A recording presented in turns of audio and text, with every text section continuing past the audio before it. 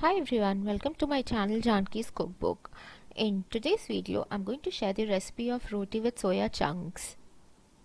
A lot of people do not like the taste of soya chunks, but it is a very high source of protein and also cheapest source of protein available for vegetarian.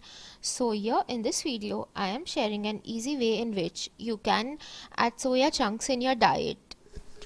To begin with, I take 40 grams of soya chunks and grind it in a mixer grinder. Now transfer the powdered soya in a bowl. Add 40 grams of wheat flour to this. We'll go ahead and add around 1/4 cup of spinach, half spoon of salt and 1/4 spoon of black pepper. Mix everything and add a little water for binding. We will use very less water since we want a stiff dough. So this is not the regular wheat dough, so consistency is a bit different. Do not worry, you will get the hang of it. Now let the dough rest for about 15 minutes since soya soaks in water. After 15 minutes we will make small balls out of the dough.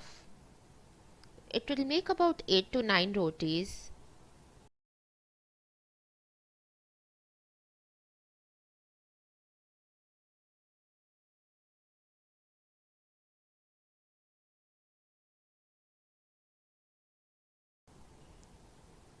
Now take a roti board and a rolling pin and make rotis.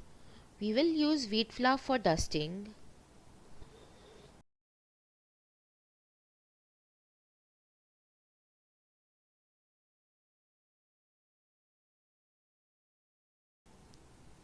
Rolling out thin roti and placing it on tawa and cooking it like so.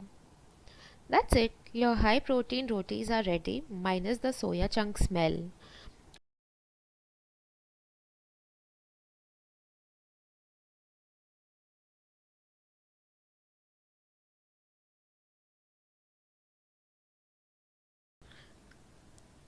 I hope you all will hit the like button and subscribe to my channel. Bye.